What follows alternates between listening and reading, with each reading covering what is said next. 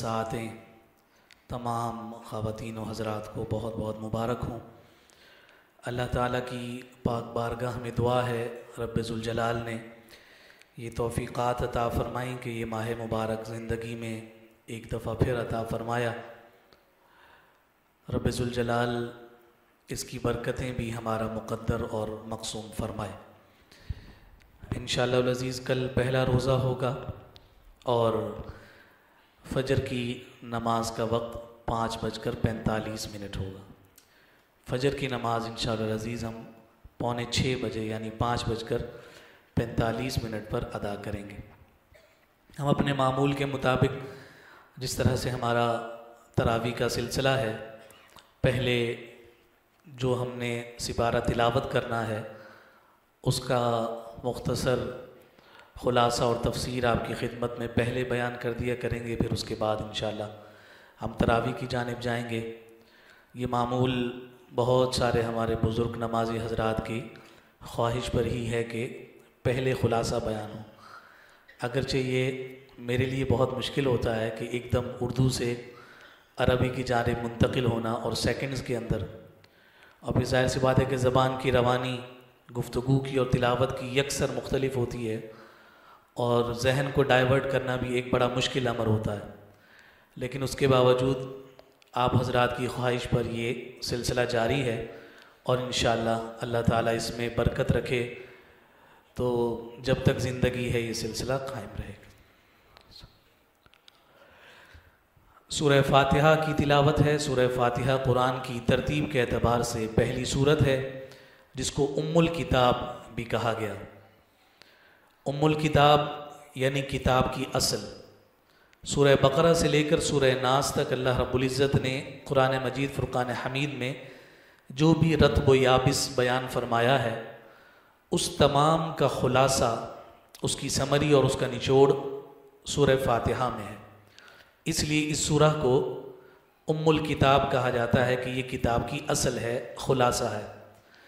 इसके अलावा इस सूरह के और बहुत सारे नाम हैं। इसे सूरह फ़ातिहा भी कहते हैं, सूरह काफ़िया भी कहते हैं, सूरह शिफा भी कहते हैं, सूरह वाफ़िया भी कहते हैं और इसके बहुत सारे नाम हैं।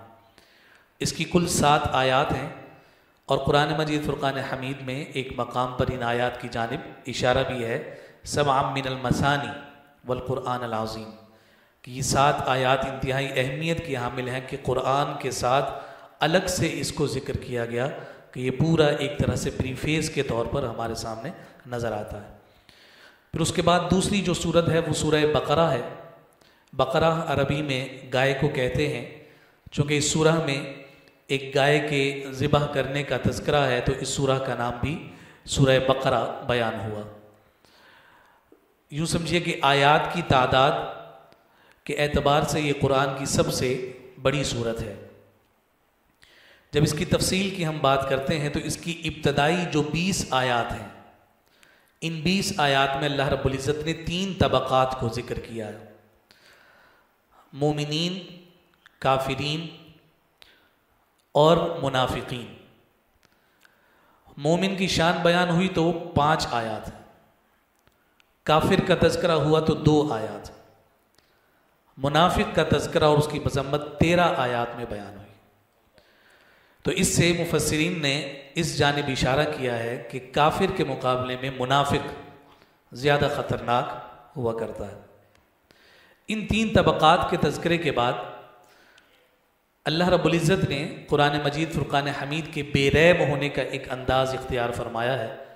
एक तो बिल्कुल इब्तदा में है, जैसे फरमाया ज़ालिकल किताबु ला रैब फ़ीह, ये वो किताब है कि जिसमें कोई रैब नहीं है, कोई कमी नहीं है, कोई कजी नहीं है और इसमें कोई खामी नहीं है।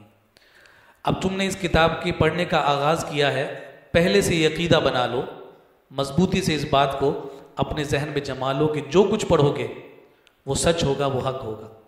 इस किताब में कोई रैब नहीं है। किसी इबहाम के साथ या किसी तशकीक के साथ आगे मत बढ़ना, पहले ये तय कर लो कि ये किताब सच्ची है, फिर आगे चलना। ये पहला रुकू जब ख़त्म हुआ तो उसके बाद अगले रुकू के आगाज़ में ही रब्बे ज़ुल जलाल ने इसके बेरैब होने का एक और अंदाज ज़िक्र फरमाया। व इन कुंतुम फ़ी रैबिम मिम्मा नज़्ज़लना अला अब्दिना, अगर तुम्हें इस बात का गुमान है कि हमने जो अपने बंदा ख़ास पर जो नाजिल किया है उसमें कोई रैब है, फ़अतू बिसूरतिम मिन मिस्ली, तो जो हमने किताब अपने बंदा ख़ास पर नाजिल की है तो उस किताब की किसी एक सूरत की मिसल हमारे सामने लेकर आ जाओ। वदऊ शुहदाअकुम मिन दूनिल्लाहि इन कुंतुम सादिकीन, ये तुम्हारे बस की बात नहीं है, सारे गवाह हो जाओ, ये किसी की भी ताकत और किसी की भी क़ुव्वत नहीं है। इस सारी तफसील को जिक्र करने के बाद इंसान को जो खलीफा बनाया गया है उसका तज़किरा है। इंसान ज़मीन पर रब का खलीफा है, रब का नाइब है। और अल्लाह रब्बुल इज़्ज़त ने जब अपने इस इरादे को फरिश्तों के सामने जिक्र किया है तो उन्होंने जवाब में कहा है अतजअलु फ़ीहा मन युफ़सिदु फ़ीहा व यस्फ़िकु दिमा, कि तू उसे खलीफा बनाने जा रहा है कि जो ज़मीन पर खून रेजी करेगा, फसाद करेगा। तो रब्बे ज़ुल जलाल ने जवाब में फरमाया कि जो मैं जानता हूँ वो तुम नहीं जानते हो। और फिर अल्लाह रब्बुल इज़्ज़त ने जनाब आदम अलैहिस्सलाम की तख्लीक फरमाई और कुरान कहता है अल्लमा आदम अल अस्माअ कुल्लहा, रूए ज़मीन की हर शय के नामों का इल्म जनाब आदम अलैहिस्सलाम को अता फरमा दिया। अब वो नाम रूए ज़मीन पर बोली जाने वाली हर ज़बान के एतबार से बयान किया गया। इसलिए फरमाया कि जनाब आदम अलैहिस्सलाम को अल्लाह रब्बुल इज़्ज़त ने इल्म लिसानियात में कमाल अता फरमाया था। यानी किताब है तो रूए ज़मीन पर बोने जाने वाले हर ज़बान में किताब का जो लफ्ज़ है, इस किताब को जो कहा जाएगा वो जनाब आदम को बता दिया गया। और फिर ये इल्म देने के बाद रब्बे ज़ुल जलाल ने फरिश्तों से दरियाफ़्त किया कि अगर तुम्हारे पास इल्म है तो बताओ। तो उन्होंने जवाब में ये कहा था कि हम तो वही जानते हैं जो तुमने हमें अता किया है। फिर रब्बे ज़ुल जलाल ने फरिश्तों को हुक्म दिया कि आदम को सजदा करो।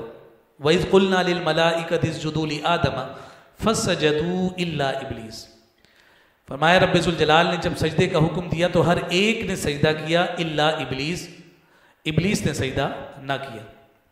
ये कुरान मजीद फुरकान हमीद का पहला मकाम है कि जो इस सजदे का तज़किरा कर रहा है, वरना कुरान में और आगे तफसील अब जब बयान करते जाएंगे तो ये मराहिल आते रहेंगे। यहाँ मुफस्सिरीन ने एक बात जिक्र की है, वो ये है कि अल्लाह रब्बुल इज़्ज़त ने जनाब आदम अला नबीना अलैहिस्सलातु वस्सलाम के लिए जब फरिश्तों को हुक्म दिया कि इनको सजदा करो तो एक सजदा करने का हुक्म था। और फरमाया कि जब रब के हुक्म की बजावरी करते हुए फरिश्तों ने सजदा किया, सजदा करने के बाद जब उन्होंने सर उठाया है तो देखा कि फरिश्त जो इब्लीस है वो वहीं खड़ा है, उसने सजदा नहीं किया। तो जैसे ही उन्होंने देखा कि इब्लीस ने सजदा नहीं किया तो फरिश्तों ने दूसरा सजदा किया, मौला तेरा शुक्र है कि तूने मुझे हमें फर्माबरदार बनाया, इब्लीस की जमात में नहीं बनाया। तो अब सजदे का हुक्म एक का था, लेकिन दूसरा सजदा जो है वो फरिश्तों की जानिब से शुक्र का सजदा था। तो अब वो दो सजदे रब को इतने महबूब हुए कि इस उम्मत का मुसलमान जब नमाज अदा करता है तो इस नमाज में रब्बे ज़ुल जलाल ने उन्हीं दो सजदों की याद के तौर पर हर रकात में दो सजदे रखे।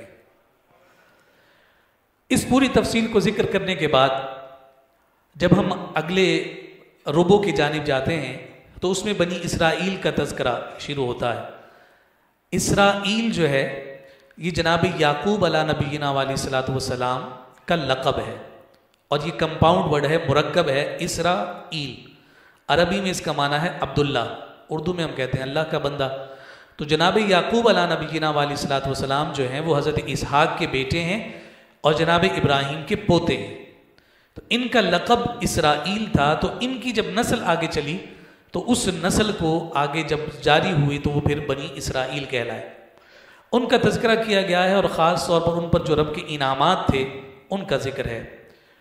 कसरत के साथ अम्बिया का इस ख़ानदान में आना उन पर बहुत बड़ा इनाम था। मालो दौलत के एतबार से अल्लाह रब्बुल इज़्ज़त ने उन्हें फरावानी अता की थी। मिस्र से निकलकर हिजरत के ज़रिए से उन्हें सुकून और अमान अता करना ये रब के इनामात में से एक बहुत बड़ा इनाम था। फ़िरौन जब उनके पीछे उन पर हमला और यलगार करते हुए आने की कोशिश कर रहा है तो इन्हें सही सलामत दरिया पार करवाया गया और फ़िरौन को जो समंदर गर्क किया गया, फरमाया ये रब के इनामात में से एक बहुत बड़ा इनाम था। सहराए सीना में बनी इसराइल भटकती रही और भी यहाँ तक कि अल्लाह रब्बुल इज़्ज़त ने उन पर बनो सलवा की सूरत में अपना इनाम नाजिल फरमाया और उनकी ग़िज़ा का इंतज़ाम किया। रब का इतना इनाम था इस कौम पर कि ठंडे बादल इनके सरों पर गर्मी में साया किया करते थे, और जब इनको पानी की हाजत हुई तो अल्लाह रब्बुल इज़्ज़त ने 12 चश्मों को जारी फरमाया, जिसका तज़किरा कुरान में मुख्तलिफ मकामात पर हमें नज़र आता है। ये सारे के सारे इनामात हैं, और इन इनामात के मिलने के बाद ये बनी इसराइल, जब इन्हें ये कहा गया कि अल्लाह के आखिरी नबी आ गए हैं तो तुम्हारा सबसे ज़्यादा हक है कि इस नबी को मानो, तो उन्होंने इनकार किया कि हम इस नबी को नहीं मानते। वो तासुब की बुनियाद पर था, वो ख़ानदानी तासुब था, और वो कबीले का तासुब था कि बनी इसराइल में आखिरी नबी क्यों नहीं आए। तो इसकी तफसील को जिक्र किया गया। फिर उसके बाद वही बकरा यानी जो गाय के ज़बह करने का मामला है, उस पूरे वाक़े को जिक्र किया गया। बनी इसराइल का एक मालदार शख्स है, उसको उसके भतीजे ने कत्ल कर दिया, और कत्ल करने के बाद उसके जिस्म को और उसकी लाश को उठाकर एक दूसरे शख्स के दरवाजे पर डाल दिया, और जिसके दरवाजे पर डाला पूरी सोसाइटी और पूरे अहले इलाका उसी को कातिल तस्वुर कर रहे हैं। करीब ही था कि ये दोनों ख़ानदान आपस में लड़ पड़ते और एक जंग से छिड़ जाती। उस मौके पर जनाब मूसा अला नबीना व अलैहिस्सलातु वस्सलाम ने उनके दरमियान सालसी का किरदार अदा किया, और आपने फरमाया कि जानवर को ज़िबह करो, गाय को ज़िबह करो, और ज़िबह करने के बाद उसका जो गोश्त है वो कातिल को लगाओ, कातिल ज़िंदा हो जाएगा। मकतूल जो है यानी जिसको कत्ल किया गया, मकतूल जो है उसको लगाओ, और वो ज़िंदा होकर ख़ुद ही बताएगा कि उसका कातिल कौन है, उसको मारने वाला कौन है। तो ये पूरी तफसील इस पूरे रुकू में बयान हुई। वो हील व हुज्जत कर रहे थे। हज़रत आप मूसा अलैहिस्सलाम कहते हैं कि इस तरह की गाय होनी चाहिए, तो जवाब में कहते थे उसका रंग कैसा होना चाहिए। रंग बताया जाता है तो वो कहते हैं कि जनाब वो उसकी उम्र क्या होनी चाहिए। यानी वो किसी तरह से पसोपेश का इजहार कर रहे थे। बिलाखिर जब वो जानवर ज़िबा हुआ और जानवर के गोश्त को उस मकतूल पर लगाया गया तो अल्लाह ने उसे ज़िंदगी अता की, और उसने ख़ुद अपनी ज़बान से बताया कि फ़लाँ शख्स जो मेरा भतीजा है उसने मुझे कत्ल किया है। तो इस पूरी तफसील को जिक्र किया। देखें, कुरान जो है वो सिर्फ वाक़यात की किताब नहीं है, ये किताब हिदायत है, ये खालिक का कलाम है, और खालिक से बड़ा हकीम भी कोई नहीं। तो फ़ेलुल हकीम ला यख़लु अनिल हिकमा, ये वाक़या जो जिक्र हुआ या इस वाक़े का इंतज़ाम जो जनाब मूसा की कौम में किया गया, मुफस्सिरीन ने बयान किया कि इसकी 2 वजूहात थी। एक वजह ये थी कि बनी इसराइल का एक तबका ऐसा था कि जो बास बादल मौत का इनकार कर रहा था कि जनाब मरने के बाद दोबारा ज़िंदा नहीं होना। ये एहतमाम हुआ, एक मरे हुए जानवर को ज़िंदगी दी गई, उसके ज़रिए से उन लोगों का रद्द किया गया जो कहते थे कि मरने के बाद ज़िंदा नहीं होना।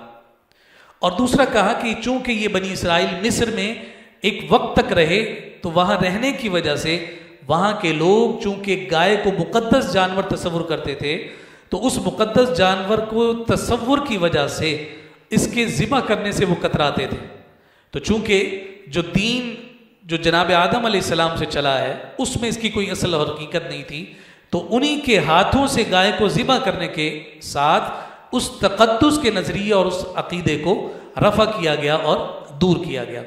एक तरफ तो तस्विया हुआ, फैसला हुआ, लेकिन उसके नतीजा में अल्लाह रब्बुल इज़्ज़त ने पूरी कौम के अक़ीदे की सलामती का इंतज़ाम और एहतमाम फरमाया। ये अल्लाह रब्बुल इज़्ज़त ही की शान और उसी की कुदरत है।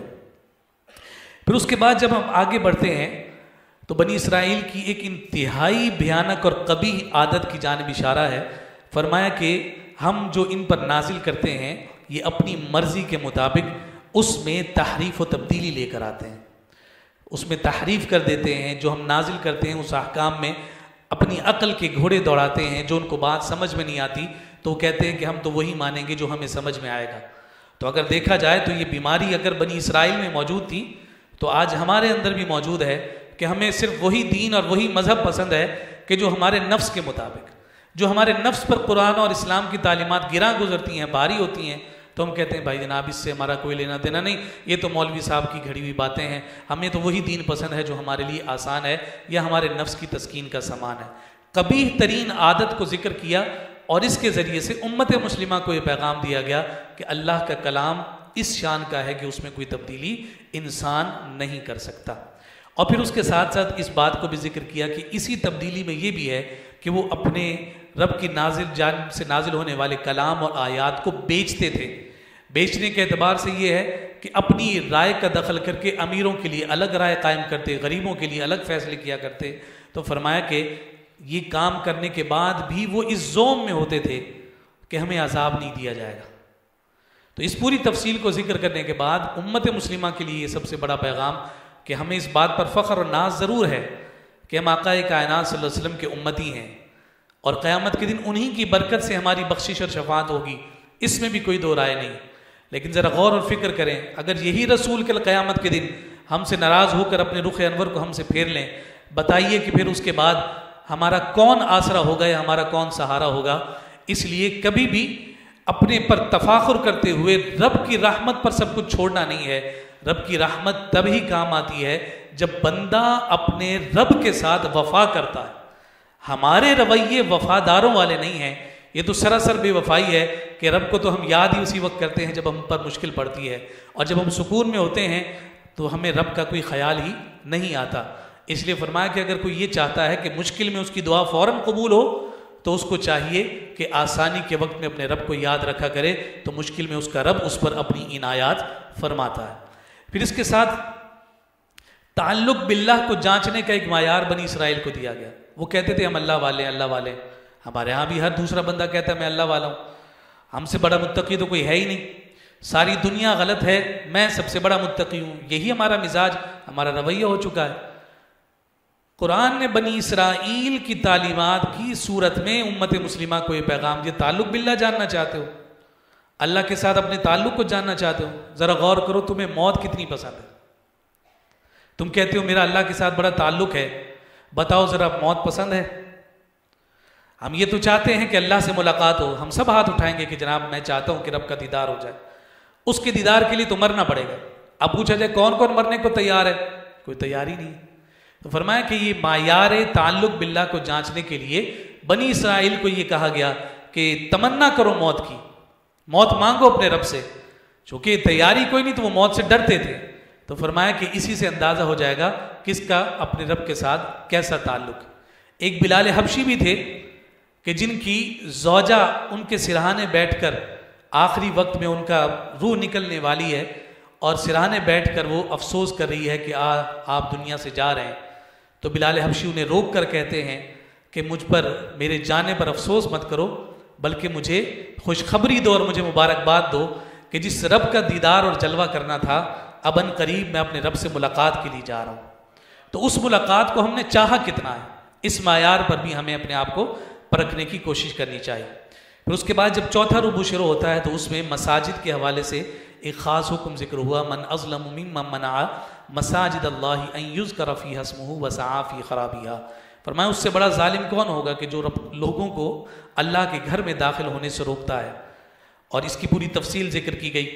फिर हज़रत इब्राहीम अलैहिस्सलाम का तज़किरा शुरू होता है। हज़रत इब्राहीम पर जो रब ने इम्तिहानात डाले, आजमाइशें डाली, उसका जिक्र है। वइज़ इब्तला इब्राहीम रब्बुहु बिकलिमातिन फ़अतम्महुन क़ाल इन्नी जाइलुका लिन्नासि इमामा। फरमाया कि उन पर इम्तिहान हम डालते रहे, वो कामयाब होते रहे, कामयाब होते रहे। इन्नी जाइलुका लिन्नासि इमामा, आज तुम खलील हो गए हो, हमने लोगों के दरमियान तुम्हें अपना इमाम बना दिया। फिर जनाब इब्राहीम जो जनाब इमामुल अंबिया सल्लल्लाहु अलैहि वसल्लम के जद आला हुए, हुजूर के दादा मोहतरम ठहरे, उन्होंने फिर काबतुल्लाह की तामीर फरमाई। काबतुल्लाह की तामीर करने के बाद उन दुआओं का तज़किरा है, रब्बना तक़ब्बल मिन्ना इन्नका अंतस समीउल अलीम। रूए ज़मीन पर क़यामत तक जिस सिमत रुख करके नमाज अदा करनी है, उस घर को तामीर करने वाले जनाब इब्राहीम इतना बड़ा कारनामा सरअंजाम देने के बाद रब की बारगाह में हाथ उठाकर कह रहे हैं, मौला कबूल कर ले, तू ही सुनने वाला और जानने वाला है। और आज हम 5 नमाजें पढ़ के हम समझते हैं रब पर कोई एहसान किए बैठे हैं, जिसके सदके में ये जो रुख हमें मैसर आया, जनाब इब्राहीम इतना बड़ा कारनामा सरअंजाम देकर भी रब के फजल पर गोया कि एक तरह से एतमाद किए बैठे हैं, मौला तो कबूल कर लेगा तो ये मेरी ये नौकरी कबूल हो जाए तो यही सब कुछ है। हमें इस बात का ज़रूर एहसास रखना चाहिए, बंदा गुलाम और अब्द हमेशा अब्द ही होता है। जो मखलूक है वो हमेशा मखलूक ही है, खालिक का मुकाबला या उसके एहसान का बदला किसी तौर पर भी चुकाया नहीं जा सकता। फिर उसी मौके पर जनाब इमामुल अंबिया सल्लल्लाहु अलैहि वसल्लम की बेइज्जत की दुआ मांगी है, रब्बना वबअस फीहिम रसूला मिन अनफुसिहिम यतलू अलैहिम आयातिही व युज़क्कीहिम व युअल्लिमुहुमुल किताब वल हिकमा। ये पूरी आयत जो है ये दुआ थी कि काबतुल्लाह की तामीर के बदले में मौला मैं तुझसे ये तलब करता हूँ कि आखिरी नबी मेरी ही ज़ुर्रियत और मेरी ही नस्ल में पैदा फरमाना। यहाँ जो इंतहाई अहमियत की हामिल बात है वो ये है कि जनाब ये दुआ जब मांगी है तो इस दुआ के मांगने के 2500 साल के बाद हज़रत इब्राहिम की दुआ कबूल हुई है। हज़रत इब्राहिम ने दुआ मांगी कि मुझे अपना मुस्तफ़ा अता कर, अपना महबूब मेरी ज़ुर्रियत में पैदा करना। दुनिया से रुखसत हो गए, चलते चलते चलते 2500 साल के बाद हज़रत इब्राहिम की दुआ कबूल हुई है। पता ये चला रब की बारगाह में देर है अंधेर नहीं, वो दुआ हर हाल में कबूल करता है। हज़रत इब्राहिम अलैहिस्सलाम की ये दुआ और उसकी कबूलियत हमें सबसे बड़ा पैगाम देती है कि रब की बारगाह से मायूस नहीं होना, आज नहीं तो कल रब की रहमत ज़रूर लौटेगी। 2500 साल के बाद दुआ की कबूलियत होती है। इमामुल अंबिया सल्लल्लाहु अलैहि वसल्लम अल्लाह के आखिरी नबी बनकर बनी इस्माइल में से दुनिया में जलवा अफरोज और जलवागर होते हैं। और फिर उसके बाद आगे तहवील क़िबला का भी तज़किरा है, यहूद व नसारा हुजूर को कैसा जानते थे उसका भी तज़किरा है। ये पूरी तफसील आगे बढ़ जाएगी, लेकिन मैं बिल्कुल इख्तिसार के साथ बात को आगे बढ़ा दूँ। अब जब मदीनतुल मुनव्वरा मुसलमान आ गए तो अब यहाँ जिक्र हुआ कि मक्का की आजमाइशें मुख्तलिफ कैफियत की थीं, अब मदीना में तुम्हारी आजमाइश की कैफियत मुख्तलिफ हैं। और आजमाइश क्या है? यहाँ जब तुम्हें दुश्मन के मुकाबले में निकलना है, अगर दुश्मन तुम पर गालिब आ जाएगा और तुम शहीद होगे, वला तक़ूलू लिमन युक़तलु फ़ी सबीलिल्लाहि अमवात, जो अल्लाह की राह में मारा जाए उसे मुर्दा मत कहो। और फिर उसके साथ फरमाया वला नबलुवन्नकुम बिशैइन मिनल खौफ़ि वल जू, कि हम ज़रूर तुम्हें आजमाएंगे। किस चीज़ से? भूख से, खौफ से, माल समरात और औलाद के नुकसान के ज़रिए से हम तुम्हें आजमाएंगे। मक्का की आजमाइशें मुख्तलिफ थीं, अब की आजमाइशें मुख्तलिफ होंगी, लेकिन हम देखते हैं कि सहाबा की वो अजीम जमात है कि इन तमाम आजमाइशों में वो पूरा उतरते हुए नज़र आती है। सफ़ा मरवा के दरमियान जो दौड़ है, जो हज़रत हाजरा अला नबीना अलैहिस्सलाम की खूबसूरत सुन्नत है, उसको जिक्र फरमाया कि जो 2 पहाड़ हैं तो तुम्हें पत्थर के ही नज़र आते, ये भी आम पहाड़ों की तरह इनका भी रंग स्याही है। मक्का के सारे पहाड़ सख्ती की वजह से और मौसम की गर्मी की वजह से वो सख्त ही हैं और उनका रंग भी स्याही माइल है, लेकिन ये और पहाड़ों से मुख्तलिफ हैं। एक का नाम सफ़ा है, दूसरे का नाम मरवा है। ये अल्लाह की निशानियाँ हैं और हैं तो पहाड़ी, हैं तो पत्थर ही, लेकिन ये अल्लाह की निशानियाँ हैं। वजह क्यों? इसलिए कि इनको निस्बत अल्लाह की एक ख़ास बंदी से हो गई है। तो इसलिए निस्बत का फैज़ान देखना चाहिए कि शाइरुल्लाह में इन पहाड़ों को शुमार किया गया। और फिर आज की तिलावत का इख्तिताम इस बात पर होता है कि 4 जो चीज़ें जिन्हें मुतलकन हराम करार दिया गया, उन 4 चीज़ों का तज़किरा है। नंबर 1 मुर्दार जानवर, यानी जो खुद से मर जाए, मुर्दार जानवर। नंबर 2 दमे मसफूह, दमे मसफूह से मुराद कि जो जानवर को ज़िबा करते हुए जो खून उसकी रगों से निकलता है वो कुल्लियतन हराम है। और तीसरा फरमाया खिंजीर का गोश्त। और चौथा ऐसा जानवर कि जिसको ज़िबा करते हुए अल्लाह के अलावा किसी और का नाम ज़िबा करते हुए लिया जाए।